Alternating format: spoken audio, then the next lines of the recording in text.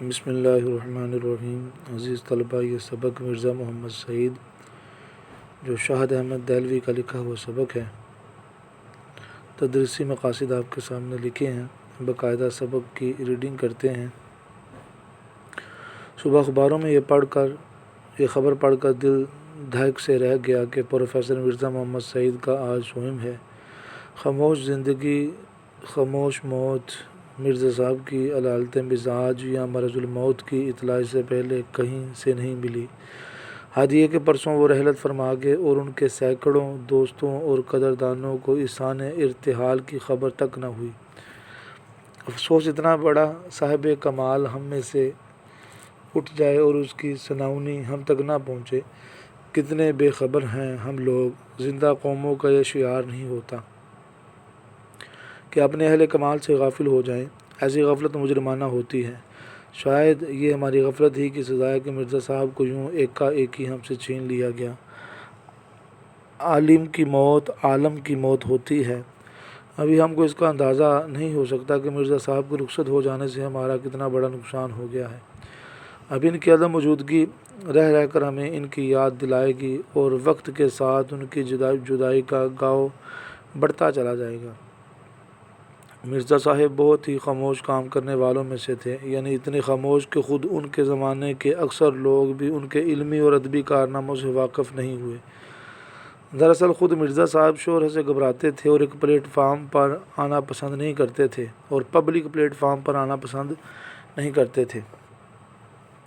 کام کرتے تھے، ستائش کی تمنا اور صلح کی پرواز سے بے نیاز ہو کر کام کرتے تھے، اپنی تسکین کے لیے کام کرتے تھے، اس لیے کہ انہیں کام کرنا ہوتا تھا۔ فرمائشی کام انہوں نے ساری عمر نہیں کیے۔ انہوں نے اب سے 55 سال پہلے سر عبدالقادر کے رسالے مخزن میں مضامین لکھے، مگر شیخ صاحب کی فرمائش پر نہیں، بلکہ جب خود ان کا جی لکھنے کو چاہا۔ مرزا صاحب کسی کو خوش کرنے کے لیے نہیں لکھتے تھے، مرزا صاحب پیسے کے لیے بھی نہیں لکھتے تھے۔ پیسے کی تو انہوں نے کبھی پرواہ نہیں کی، بلکہ پیسے کے ذکر پر وہ چڑ جاتے تھے اور انہیں منانا مشکل ہو جاتا تھا۔ لاہور کے اکثر پبلشروں نے مرزا صاحب سے کتابیں لکھوانی چاہیں اور بڑی بڑی رقمیں پیش کیں، مگر مرزا صاحب نے انہیں ایک لفظ بھی لکھ کر نہیں دیا۔ اور جب اپنا پہلا ناول یاسمین لکھا تو اپنے ایک شاگرد پبلشر کو بے مزد دے دیا۔ اس کے کچھ عرصے بعد دوسرا ناول خواب ہستی لکھا، اسے بھی بغیر کچھ دیے چھپوا دیا۔ ایک پبلشر صاحب لاہور سے دلی محض اس غرض سے آئے تھے کہ مرزا صاحب سے ناول لکھوائیں گے۔ میں نے انہیں سمجھایا کہ مرزا صاحب نہیں لکھیں گے، مگر وہ بڑے بڑے مصنفوں کو خرید چکے تھے۔ نہ مانے، بولے ہم انہیں ایک ناول کا 1000 روپیہ دیں گے تو وہ کیوں نہیں لکھیں گے۔ یہ وہ زمانہ تھا کہ 200-250 روپے میں اچھا خاصا ناول پبلشر کو مل جاتا تھا۔ چنانچہ مجھے اپنے ساتھ لے کر مرزا صاحب کی خدمت میں حاضر ہوئے۔ میں نے تعارف کرایا، مرزا صاحب کا ماتھا ٹھنکا۔ پبلشر صاحب نے چھوٹتے ہی ناول لکھنے کی فرمائش کی۔ مرزا صاحب بڑے ٹھنڈے مزاج کے آدمی تھے، بولے آپ میرے ناول کے 5000 دے دیں گے، 10,000 دے دیں گے۔ مجھے یہ منظور نہیں ہے کہ جو کام کر رہا ہوں اسے چھوڑ کر آپ کے لیے ناول لکھوں۔ 5-10 ہزار روپے کی بات سن کر پبلشر صاحب کی سٹی گم ہو گئی اور وہ 4 منٹ پہلو بدل کر رخصت چاہی۔ مرزا صاحب اسی زمانے میں اپنی معرکۃ الآراء کتاب مذہب اور باطنیت لکھ رہے تھے، جسے مکمل ہونے کے بعد ان کے دوست پروفیسر تاجور نجیب آبادی ان سے لے گئے اور لاہور سے وہ کتاب شائع ہوئی۔ مرزا صاحب کا صرف یہی ایک علمی کارنامہ ہے، مگر ایسا کارنامہ کہ اردو کی 100 عمدہ کتابیں چھانٹی جائیں تو ان میں مذہب اور باطنیت کو ضرور شریک کرنا پڑے گا۔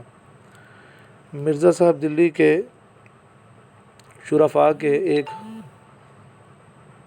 متمول خاندان کے چشم و چراغ تھے۔ تیراہا بیرم خان سے تیراہا یعنی وہ جگہ جہاں سے 3 راستے نکلتے ہیں۔ تیراہا بیرم خان سے آگے بڑھ کر ایک راستہ سیدھا ہاتھ کو مڑ جاتا ہے، اسی کے نکڑ پر مرزا صاحب کا آبائی مکان تھا۔ اس علاقے میں سر سید احمد خان کا قدیم مکان بھی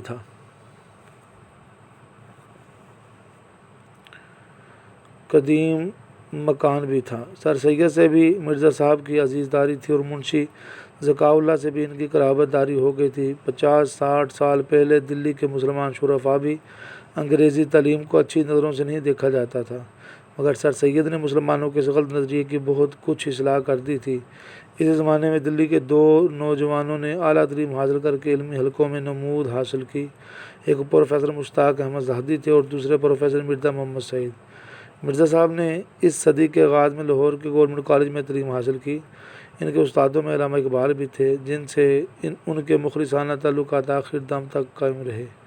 انگریزی ادبیات میں ایم اے کی سند لینے کے بعد مرزا صاحب نے 1906 اور 7 میں دو سال علی گڑھ میں پڑھایا اور اس کے بعد گورنمنٹ کالج لاہور ہی میں انگریزی کے پروفیسر ہو گئے۔ پنجاب کے بیشتر اعلیٰ عہدے دار مرزا صاحب کے شاگرد تھے۔ پطرس اور تاج نے بھی مرزا صاحب سے اکتساب علم کیا۔ بعد میں